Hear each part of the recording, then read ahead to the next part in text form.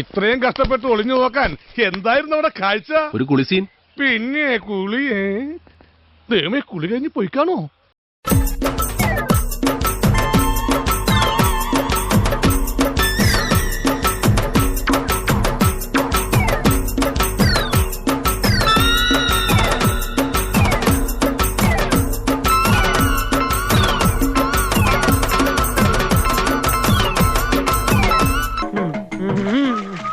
മനഃശക്തി തരണേ.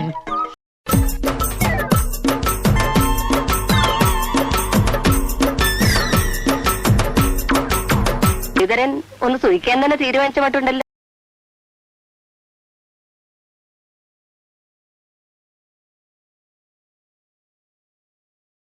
ഓണം മാതിരി ഒരു സാധനം കൊടുത്തുകൊണ്ട് വൃത്തികേട്. അയ്യേ, വൃത്തികേടൊന്നുമില്ലായിരുന്നു. ചേച്ചിക്ക് നല്ല ഷേപ്പുള്ളതുകൊണ്ട് നല്ല രസം വരുന്നത്. ഷെഡ് കൊടുക്കണ കേട്ട് ഉണ്ടാക്കി എനിക്കൊരു ഷെഡ് തരൂ.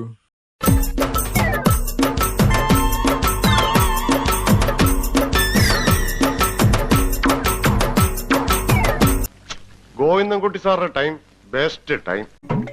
ഇവളിത് എന്ത് ഭാവിച്ച?